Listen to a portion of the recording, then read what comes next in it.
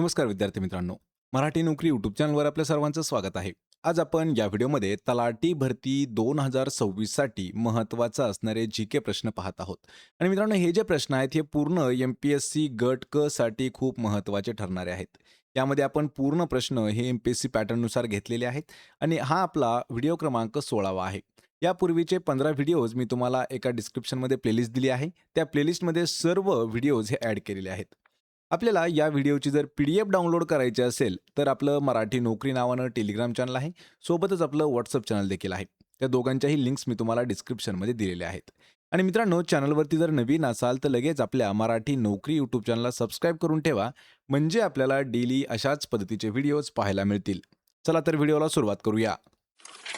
तर आपला प्रश्न पहिला आहे, भारतीय राष्ट्रीय कृषी सहकारी विपणन संस्थेचे मुख्य उद्दिष्ट खालीलपैकी कोणते होते? यामध्ये आपल्याला 4 उद्दिष्ट दिलेले आहेत. त्यामध्ये आहे कर्ज वाटप करणे, ग्रामीण औद्योगिकीकरणाला चालना देणे, कृषी मालाचे सहकारी तत्वावर विपणन करण्यास प्रोत्साहन देणे आणि स्वस्त दरात कृषी उत्पादन विकणे. तर यापैकी कोणतं मुख्य उद्दिष्ट होतं? मित्रांनो, आपल्याला प्रश्नाचं उत्तर येत असेल तर 3 ते 5 सेकंदामध्ये प्रत्येक प्रश्नाचं उत्तर हे मला आपण कमेंट करून द्यायचं आहे. आणि या प्रश्नाचं योग्य उत्तर होईल फक्त क, म्हणजेच पर्याय क्रमांक 3.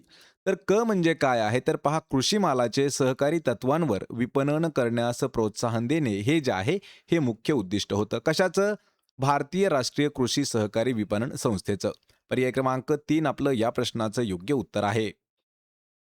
यानंतरचा प्रश्न आहे, स्त्रियांचे आरोग्य व कुटुंब नियोजन या मुद्द्यांवर भर देणारे समाज स्वारस्थ्य हे मासिक कोणी चालवले? या ठिकाणी आपल्याला 2 प्रश्न तयार होतात. पहिला प्रश्न आहे की समाज स्वारस्थ्य हे जे मासिक आहे हे कोणी चालवलं? आणि दुसरा जो प्रश्न आहे की तो आहे की स्त्रियांचं आरोग्य आणि कुटुंब नियोजन या मुद्द्यावरती कोणी आवाज उठवला होता? तर या प्रश्नाचं आपल्या योग्य उत्तर होईल ऑप्शन क्रमांक 2, तर रघुनाथ धोंडो कर्वे, म्हणजे र.धो. कर्वे असं त्यांचं नाव आहे. याची जी सुरुवात आहे तर ही रघुनाथ धोंडो कर्वे यांनी जुलै 1927 मध्ये हे मासिक सुरू केलं आणि तब्बल जवळपास 27 वर्ष, म्हणजे 1953-54 पर्यंत, त्यांच्या निधनापर्यंत हे जे मासिक होतं ते चालवलं. याचा उद्देश काय होता? तर त्या काळामध्ये अत्यंत संवेदनशील आणि वर्ज्य समजल्या जाणाऱ्या विषयांवरती, म्हणजेच लैंगिक शिक्षण, संतती नियमन, त्यालाच कुटुंब नियोजन असं म्हटलं जातं, स्त्रियांचं आरोग्य, गुप्तरोग यावरती उघडपणे आणि वैज्ञानिक दृष्टिकोनातून चर्चा करणे हा मासिकाचा मुख्य उद्देश होता. पर्याय क्रमांक 2 आपलं या प्रश्नाचं योग्य उत्तर आहे. यानंतरचा प्रश्न आहे, भारतीय संविधानातील अनुच्छेद डॅशमध्ये केंद्रीय अर्थसंकल्पाची परिभाषा करण्यात आलेली आहे. कोणता असा अनुच्छेद आहे की त्यामध्ये केंद्रीय अर्थसंकल्प याची परिभाषा, म्हणजे याचा संदर्भ स्पष्ट केला जातो? या प्रश्नाचं उत्तर होईल ऑप्शन क्रमांक 1, तर अनुच्छेद 112 हे आपलं उत्तर होईल. मग याच्यावरती काही महत्त्वाचे पॉइंट्स आहेत ते पहा. भारतीय संविधानातील अनुच्छेद 112 म्हणजेच आर्टिकल 112 यामध्ये केंद्रीय अर्थसंकल्पाची, म्हणजे त्याला केंद्रीय बजेट असं म्हटलं जातं, त्याची संकल्पना मांडण्यात आलेली आहे. अनुच्छेद 112 वरती प्रश्न आपल्याला पोलीस भरतीमध्ये सुद्धा विचारण्यात आला होता. यामध्ये महत्त्वाचे काही पॉइंट्स आहेत ते पाहून घ्या. भारतीय संविधानात थेट अर्थसंकल्प म्हणजे बजेट या शब्दाचा वापर केलेला नाही. त्याऐवजी अनुच्छेद 112 मध्ये याला वार्षिक वित्तीय विवरण असं संबोधण्यात आलेलं आहे. ॲन्युअल फायनान्शियल स्टेटमेंट असं त्याला म्हटलं जातं, कारण त्यामध्ये पूर्णपणे बजेट किंवा अर्थसंकल्पाचा उल्लेख केलेला नाही. त्यामुळे पर्याय क्रमांक 1 आपलं या प्रश्नाचं उत्तर होईल अनुच्छेद 112. यानंतरचा प्रश्न आहे, खालीलपैकी कोणत्या व्हाईसरॉयच्या कालखंडात जिल्हा लोकल बोर्डची स्थापना करण्यात आलेली आहे? हा सुद्धा प्रश्न महत्त्वाचा आहे आणि हा प्रश्न आपल्याला 2026 मध्ये झालेली जो एम-पी-एस-सीचा पेपर होता त्यामध्ये विचारण्यात आलेला आहे. कोणत्या व्हाईसरॉयच्या कालखंडामध्ये जिल्हा लोकल बोर्डची स्थापना करण्यात आली? या प्रश्नाचं उत्तर आहे पर्याय क्रमांक 1, तर लॉर्ड रिपन हा जो व्हाईसरॉय आहे याच्या काळामध्ये जिल्हा लोकल बोर्ड जे आहे ते स्थापन करण्यात आलं होतं. मग याच्यावरती सुद्धा काही महत्त्वाचे पॉईंट्स आहेत. त्याचा कालावधी कधी होता? लॉर्ड रिपन हा 1880 ते 1884 या काळामध्ये भारताचा व्हाईसरॉय होता आणि स्थानिक स्वराज्य संस्थांचा जो ठराव आहे 1882चा, तर त्यांनी 18 मे 1882 रोजी स्थानिक स्वराज्याचा ऐतिहासिक ठराव मंजूर केला आणि त्याच ठरावानुसार ग्रामीण भागामध्ये जिल्हा लोकल बोर्ड आणि तालुका स्तरावरती तालुका बोर्ड असं स्थापन करण्यात आलेलं आहे. भारतीय स्थानिक स्वराज्याचे जनक म्हणून सुद्धा त्यांची ओळख आहे, लक्षात ठेवा. स्थानिक पातळीवरती भारतीयांचा सहभाग वाढवून प्रशासनाचं विकेंद्रीकरण केल्याबद्दल लॉर्ड रिपन यांना भारतीय स्थानिक स्वराज्याचे जनक म्हणून ओळखलं जातं. याच्यावरती अजून सुद्धा आपल्याला एक प्रश्न विचारण्यात आला होता पहा, भारतीय स्थानिक स्वराज्याचे जनक म्हणून कोणाची ओळख आहे? तर ते आहे लॉर्ड रिपन. पर्याय क्रमांक 1 आपलं उत्तर होईल.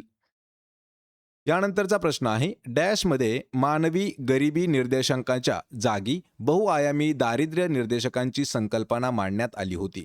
हा देखील प्रश्न महत्त्वाचा आहे. कशामध्ये किंवा कोणत्या अहवाल, कोणत्या योजना, कोणती समिती यामध्ये मानवी गरिबी निर्देशांकांच्या जागी बहुआयामी दारिद्र्य निर्देशकाची संकल्पना ही मांडण्यात आली होती? आणि या प्रश्नाचं योग्य उत्तर होईल ऑप्शन क्रमांक 3. तर मानव विकास अहवाल जो होता 2010चा, तर त्यामध्ये हे उद्दिष्ट सांगण्यात आलं होतं किंवा ही जी आहे ही संकल्पना मांडली होती. पर्याय क्रमांक 3 आपलं या प्रश्नाचं उत्तर होईल. यानंतरचा प्रश्न आहे, खालीलपैकी कोणत्या समाजसुधारकास महाराष्ट्राचा सॉक्रेटिस म्हणून ओळखले जाते? पहा, महाराष्ट्राचा सॉक्रेटिस म्हणून कोणाला ओळखलं जातं? याच्यावरती हा प्रश्न आपल्याला 4 ते 5 वेळा परीक्षेमध्ये विचारण्यात आलेला आहे, त्यामुळे हा प्रश्न थोडासा महत्त्वाचा आहे.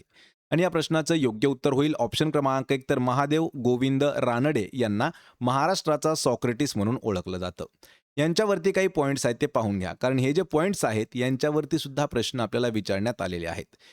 जी रानडे म्हणजेच महादेव गोविंद रानडे यांना महाराष्ट्राचा सॉक्रेटिस म्हणून ओळखले जाते. त्यांनी 1870 मध्ये पुणा सार्वजनिक सभेची स्थापना केली. महादेव गोविंद रानडे हे महाराष्ट्रातील समाजसुधारक होते. तसेच ते अर्थशास्त्रज्ञ आणि मुंबई उच्च न्यायालयाचे न्यायाधीश म्हणून सुद्धा कार्यरत होते. इसवी सन 1878 मध्ये पुणे येथे झालेल्या पहिल्या अखिल भारतीय मराठी साहित्य संमेलनाचे ते अध्यक्ष सुद्धा होते. पर्याय क्रमांक 1 आपलं उत्तर होईल जी रानडे. यानंतरचा प्रश्न आहे, सस्तन प्राण्यांची लक्षणे खालीलप्रमाणे असतात. यामध्ये आपल्याला 4 लक्षणं दिलेली आहेत. पहिलं लक्षण आहे, अंगावरती केस असतात, हृदयाला 3 कप्पे असतात, मादीमध्ये स्तनग्रंथी असतात आणि काही सस्तन प्राणी अंडे घालतात. तर यापैकी सस्तन प्राण्याची लक्षणं कोणती आहेत? तर या प्रश्नाचं योग्य उत्तर होईल ऑप्शन क्रमांक 4 क आणि ड. म्हणजे काय आहे? तर अंगावरती केस असतात.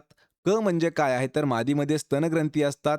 म्हणजे काय आहे? तर काही सस्तन प्राणी अंडे घालतात. ही जी आहे तर ही सस्तन प्राण्याची लक्षणे येतात. पर्याय क्रमांक 4 आपलं या प्रश्नाचं उत्तर होईल.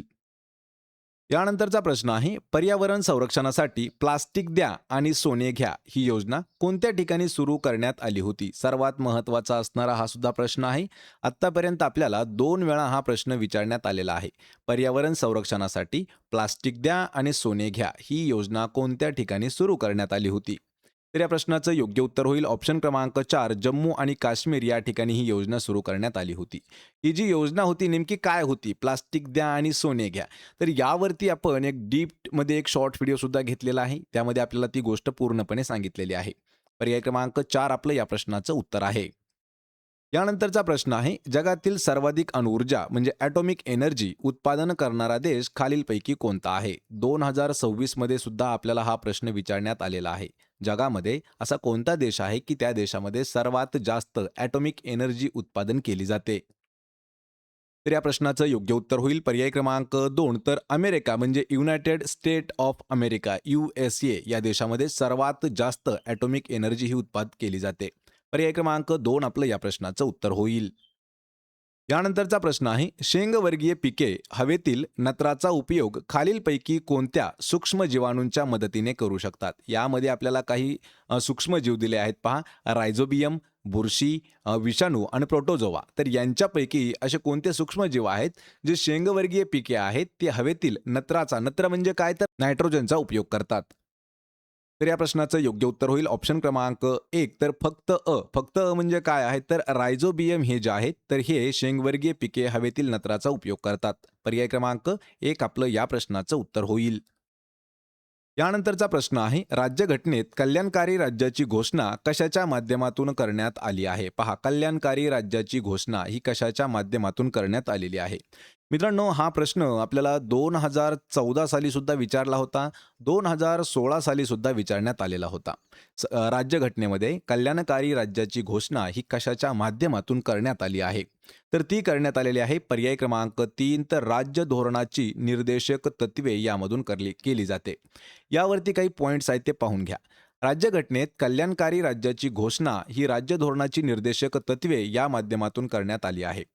भारताच्या राज्य धोरणाची मार्गदर्शक तत्त्वे ही भारताचे राज्य चालवण्यासाठी संस्थांना दिलेली मार्गदर्शक तत्त्वे किंवा नीतीदर्शक तत्त्वे आहेत.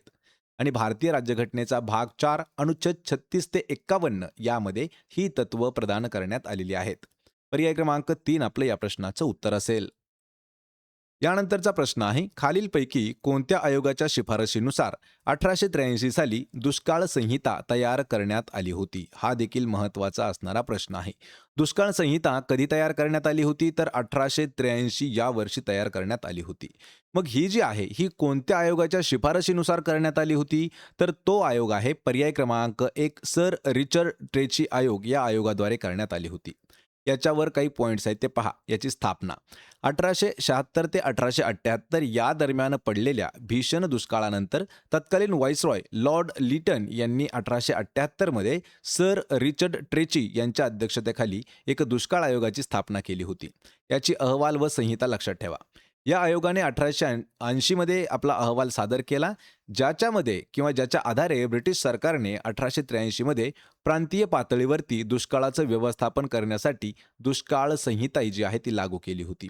कधी केली होती? तर 1883 कोणत्या आयोगाच्या वरून केली होती? तर सर रिचर्ड ट्रेची यांच्या आयोगावरून.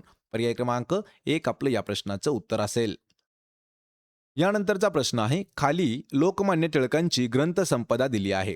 या ग्रंथांपैकी कोणता ग्रंथ त्यांनी मंडालेच्या तुरुंगात असताना लिहिलेला आहे? आपल्या सर्वांना माहीत आहे, कारण आपल्याला 5वीच्या इतिहासामध्ये सुद्धा या प्रश्नाचा उल्लेख करण्यात आलेला आहे.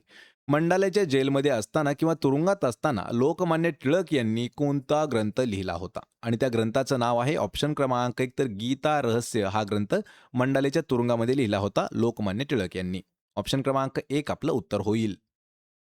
यानंतरचा प्रश्न आहे, खालीलपैकी कोणत्या पहिल्या समाजसुधारकांनी मुलींच्या शिक्षणास उत्तेजन आणि प्रसारास सुरुवात केली होती? मुलींच्या शिक्षणाची सर्वात पहिल्यांदा सुरुवात कोणी केली होती?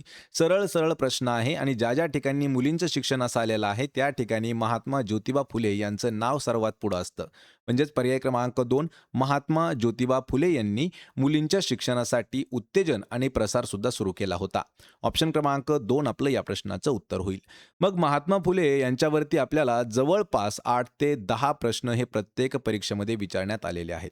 ते प्रश्न कसे कसे असतात ते देखील आपण एका शॉर्ट्स व्हिडिओमध्ये घेतलेले आहेत. यावरती अजून एक प्रश्न विचारला जातो की महात्मा फुले यांनी कोणत्या वर्षी मुलींसाठी पहिली शाळा सुरू केली? तर ती केली होती 1848 या साली. पर्याय क्रमांक 2 आपलं या प्रश्नाचं उत्तर होईल. यानंतरचा प्रश्न आहे, केंद्र सरकारने 44व्या घटनादुरुस्तीद्वारे डॅश संविधानाच्या 3ऱ्या भागातून म्हणजेच मूलभूत हक्कांच्या यादीतून वगळलेला आहे. प्रश्न पाहून घ्या. आत्तापर्यंत हा प्रश्न आपल्याला 16 वेळापेक्षा जास्त परीक्षेमध्ये विचारण्यात आला होता. केंद्र सरकारने 44व्या घटनादुरुस्तीद्वारे संविधानाच्या 3ऱ्या भागातून म्हणजेच मूलभूत हक्काच्या यादीमधून कोणता हक्क वगळला होता? आणि तो जो हक्क होता तर तो होता पहा संपत्तीचा हक्क. पर्याय क्रमांक 3 आपलं या प्रश्नाचं योग्य उत्तर होणार आहे. याच्यावरती काही पॉईंट्स आहेत ते पॉईंट्स पहा. या ठिकाणी आपला पहिला पॉईंट आहे, पूर्वीची स्थिती नेमकी काय होती? तर सुरुवातीला संपत्तीचा हक्क जो आहे हा कलम 19A(F) या कलमामध्ये आणि कलम 31 अंतर्गत एक मूलभूत हक्क मानला होता. याची घटनादुरुस्ती जी झाली ती 44वी घटनादुरुस्ती कायदा 1978 द्वारे हा जो हक्क आहे हा मूलभूत हक्काच्या यादीमधून हटवण्यात आला होता. कोणता हक्क? संपत्तीचा हक्क. आणि सध्याची स्थिती काय आहे? तर आता संपत्तीचा हक्क हा संविधानाच्या भाग 12 आणि कलम 300A या अंतर्गत एक कानूनी किंवा कायदेशीर हक्क राहिलेला आहे. पर्याय क्रमांक 3 आपलं या प्रश्नाचं उत्तर होईल. यानंतरचा प्रश्न आहे, विद्युत चुंबकीय वर्णपटामध्ये दृश्य प्रकाशाच्या तरंग लांबीची व्याप्ती किती असते? हा सुद्धा प्रश्न आपल्याला 2026ला जी जून महिन्यामध्ये परीक्षा झाली होती त्यामध्ये विचारण्यात आला होता. विद्युत चुंबकीय वर्णपटामध्ये दृश्य प्रकाशाच्या तरंग लांबीची व्याप्ती किती असते? या प्रश्नाचं उत्तर होईल ऑप्शन क्रमांक 4 तर 400 नॅनोमीटर ते 700 नॅनोमीटर इतकी तरंग लांबीची व्याप्ती असते. ऑप्शन क्रमांक 4 आपलं उत्तर होईल. यानंतरचा प्रश्न आहे, मोहिंजोदडो येथील उत्खनन सर जॉन मार्शल यांच्या नेतृत्वाखाली करण्यात आले होते. तर हडप्पा येथील उत्खनन कार्य डॅश यांनी पार पाडले. प्रश्न हा देखील महत्त्वाचा आहे. आपल्याला एकाच प्रश्नामध्ये 2 प्रश्न विचारलेले आहेत आणि त्यांची उत्तरं सुद्धा आपल्याला दिलेली आहेत. तर मोहिंजोदडो येथील उत्खनन जे आहे हे कोणाच्या नेतृत्वाखाली झालं होतं? सर जॉन मार्शल यांच्या. मग दुसरा प्रश्न विचारलाय, की हडप्पा या ठिकाणचं जे उत्खनन आहे ते कोणाच्या कार्याने किंवा कोणी ते पार पाडलं होतं? तर या प्रश्नाचं योग्य उत्तर होईल पर्याय क्रमांक 3, माधव स्वरूप वत्स यांच्या नेतृत्वाखाली किंवा यांनी पार पाडलं होतं हडप्पा येथील उत्खनन. हे जे आहे हे हडप्पातील काही चित्र आहेत आणि हे आहेत पहा माधव स्वरूप वत्स. पर्याय क्रमांक 3 आपलं या प्रश्नाचं योग्य उत्तर होईल. यानंतरचा प्रश्न आहे, खालीलपैकी कोणती शिफारस सायमन कमिशनने केली नव्हती? शेवटचा एक शब्द नव्हती यावरून पूर्ण आपलं वाक्य चेंज झालेलं आहे. खालीलपैकी अशी कोणती शिफारस होती किंवा कोणती शिफारस आहे जी सायमन कमिशनने केलेली नाही? आणि या प्रश्नाचं योग्य उत्तर होईल ऑप्शन क्रमांक 2, तर केंद्रात द्विदल शासन पद्धतीचा स्वीकार करावा ही जी शिफारस होती तर ही सायमन कमिशननी केलेली नव्हती. सायमन कमिशननी कोणकोणत्या केल्या होत्या? प्रांतिक स्वायत्तता, कायदेमंडळात प्रतिनिधींची संख्या वाढवावी आणि मतदारांची संख्या वाढवावी, ह्या तिन्ही शिफारस या सायमन कमिशननी केल्या होत्या. पण केंद्रात द्विदल शासन पद्धतीचा स्वीकार करावा ही जी शिफारस होती ही सायमन कमिशनची नव्हती. पर्याय क्रमांक 2 आपलं उत्तर होईल. यानंतरचा प्रश्न आहे, काँग्रेसच्या कोणत्या अधिवेशनामध्ये काँग्रेसच्या नावामध्ये राष्ट्रीय हा शब्द जोडण्यात आला होता? पहा, राष्ट्रीय काँग्रेस असं सध्या म्हटलं जातं. तर हे जे राष्ट्रीय शब्द आहे तर हा कोणत्या अधिवेशनामध्ये जोडण्यात आला होता? या प्रश्नाचं उत्तर असणार आहे पर्याय क्रमांक 4, नागपूर अधिवेशन जे 1891 साली भरलं. तर त्या ठिकाणी काँग्रेसच्या अधिवेशनामध्ये काँग्रेसच्या नावामध्ये राष्ट्रीय हा शब्द जोडण्यात आला होता. मग याच्यावरती काही पॉईंट्स आहेत. वर्ष आणि ठिकाण. तर 1891 हे नागपूर अधिवेशन या ठिकाणी भरलं होतं आणि हे काँग्रेसचं 7वं अधिवेशन होतं. त्याचे अध्यक्ष होते पी आनंद चार्लू. या अधिवेशनाचे ते अध्यक्ष होते. आणि याची पार्श्वभूमी काय आहे? तर सुरुवातीला 1885 मध्ये या संस्थेचं नाव इंडियन नॅशनल युनियन असं होतं, जे बदलून इंडियन नॅशनल काँग्रेस असं करण्यात आलं होतं. आणि 1891 नागपूर या ठिकाणी असलेलं जे अधिवेशन होतं त्यामध्ये राष्ट्रीय हा शब्द जोडण्यात आला. पर्याय क्रमांक 4 आपलं या प्रश्नाचं उत्तर होईल. यानंतरचा प्रश्न आहे, सार्वजनिक निवडणुकीनंतर पहिल्या ग्रामसभेचा अध्यक्ष वित्तीय वर्षातील पहिल्या ग्रामसभेचा अध्यक्ष डॅश असतो? प्रश्न महत्त्वाचा आहे. ज्यावेळी सार्वजनिक निवडणुकी होतात आणि त्या निवडणुकी झाल्याच्या नंतर जी पहिली ग्रामसभा होते तर त्या ग्रामसभेचा पहिला अध्यक्ष कोण असतो? या ठिकाणी योग्य उत्तर होणार आहे आपलं पर्याय क्रमांक 3, तर ग्रामसभा किंवा सार्वजनिक निवडणूक झाल्याच्या नंतर ग्रामसभेचा अध्यक्ष जो आहे तो सरपंच असतो. लक्षात ठेवा, पर्याय क्रमांक 3 आपलं या प्रश्नाचं योग्य उत्तर होणार आहे. तर मित्रांनो, हे होते महत्त्वाचे 20 प्रश्न. आपल्याला या 20 पैकी किती प्रश्नाची उत्तरं देता आली हे मला कमेंट करून नक्की सांगा. व्हिडिओ जर आवडला तर व्हिडिओला आपल्या लाईक करा, मित्रांमध्ये हा व्हिडिओ शेअर करा आणि आपल्या मराठी नोकरी यूट्यूब चॅनलला सबस्क्राईब करून ठेवा. आपल्याला जर प्रत्येक व्हिडिओची PDF डाउनलोड करायची असेल तर आपलं टेलिग्राम चॅनल आहे पहा, मराठी नोकरी या नावानं. त्यालाही जाऊन जॉईन करा. त्याचीही लिंक मी तुम्हाला डिस्क्रिप्शनमध्ये दिलेली आहे. आपण भेटूया पुढच्या एका अशाच नवीन व्हिडिओमध्ये. तोपर्यंत जय हिंद, जय महाराष्ट्र.